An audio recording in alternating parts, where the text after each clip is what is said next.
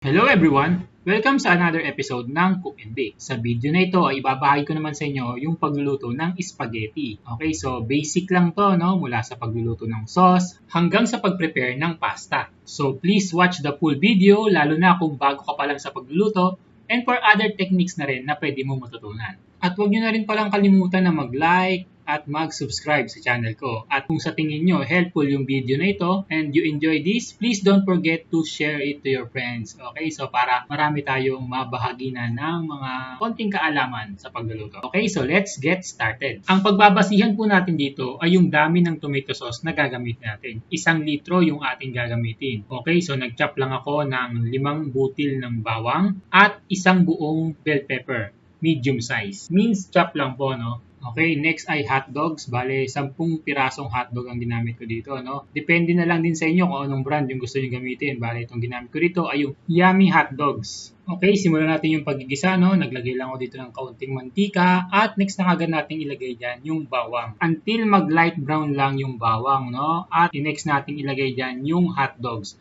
Dahil gusto ko sa hotdog ay medyo napiprito siya, di ba? Mas nagkakaramelize, mas nagiging masarap yung lasa sa hotdog pa lang. Yummy na. Okay, as you can see, no, nagigisa ng gusto yung hotdog. Ganyan yung gusto nating makuha sa pagigisa. Okay, at next naman natin diyang ilalagay yung century tuna. Spicy itong binili ko, no, pero it's up to you naman kung maanghang o hindi. Igigisa natin ito para yung mga excess juices nitong century tuna ay mag-evaporate. By doing that, yung kaunting lansa ng tuna dahil isda ito ay nai-eliminate natin at makonsentrate din talaga yung lasa. At once ma-reduce na, next to go in ay yung ating Reno liver spread, no?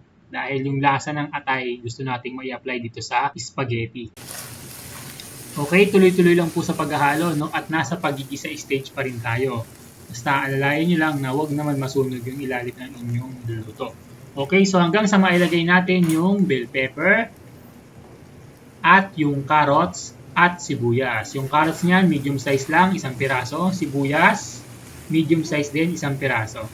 Okay, so chinap ko lang sila lahat ng minced chop. At that point ay iginigisa pa rin po natin yan, no? Hanggang sa mag-release ng juices yung mga vegetable na inilagay natin under moderate heat.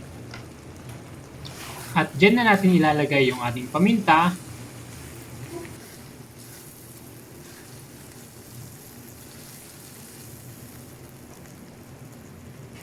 At asin. Naglalagay din ako dito ng MSG, no? About 1 teaspoon lang naman.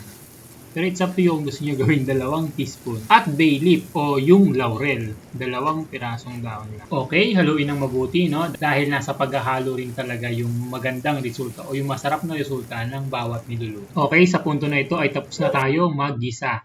At lalagyan na natin ito ng tubig. Pero saktong dami lang, no? At titikman natin ito, no, para ma-finalize natin, malaman natin kung gaano pa karaming asin yung dapat nating idagdag at paminta. Maganda kasi sa pagluluto, no, na sa kalagitnaan pa lang ay malaman na natin o mai-apply na natin yung tamang dami as much as possible ng asin na dapat nating ilagay. Dahil sa pamamagitan nun, mas nakapanood, merong time yung asin para makapanood sa food item. Mas kumakapit yung lasa. Mas nagiging malinamnam yung resulta nito. Alright, sana nakuha nyo yan. At nagdagdag lang ako dito ng konti pang tubig at pakuluin lang ng bahagya at mailalagay na natin, pwede natin ilagay yung ating tomato sauce. Hans Spaghetti Sauce.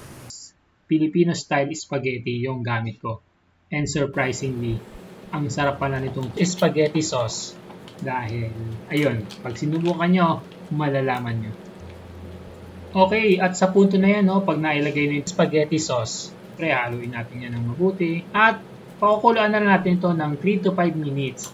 At aalalayan nyo na lang po sa tubig para makuha nyo yung tamang lapot.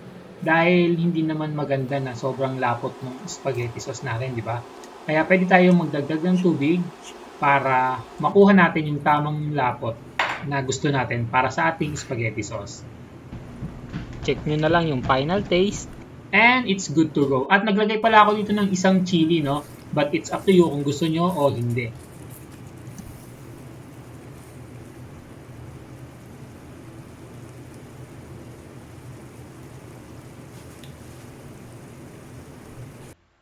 At para naman po sa mga measurements at yung mga sangkap na ginamit natin ay ilalagay ko na lang sa description box below.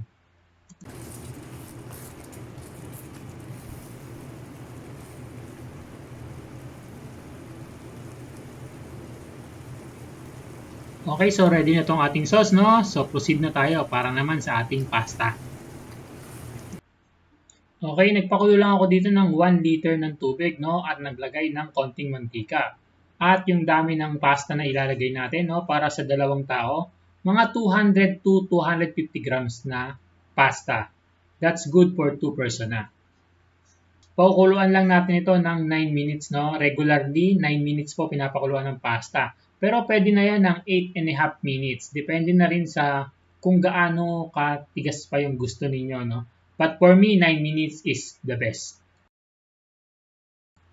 Alright, goods na tong pasta natin. Siyempre, excited na rin ako kumain dahil totoo niyan, ito yung hapunan ko ngayon. And it's plating time. Siyempre, dapat may plate. And then yung pasta at saka tayo maglalagay ng sauce sa ibabaw. Yum, yum, yum. Nalalaway na ako dito. At syempre, hindi mawala yung cheese. Medyo social pa nga ito, no? Dahil parmesan cheese to eh. Pero naglagay din ako ng cheddar cheese. O yung pinaka-paborito nating cheese topping para sa ating spaghetti. Yung dinadyad na Eden cheese. And by the way, ini-invite ko po kayo na bisitahin din yung aking Facebook page, Cook and Bake. Nagpo-post po ako doon ng mga cake products kung saan maaari kayong mag-inquire or mag-order kahit po yung mga customized cakes. Depende sa okasyon na inyong pinaghahandaan. Okay, so I hope you enjoyed this video at sana huwag niyong kalimutan mag-like at mag-share. At kung hindi pa po kayo nag-subscribe, please mag-subscribe na kayo. At para updated kayo sa mga latest baking and cooking tutorials ko ay pwede nyo na rin i-hit yung notification bell button para lagi kayong updated at mag-notify sa mga cellular phone niyo. Okay, so thank you for watching once again. Cook and Bake.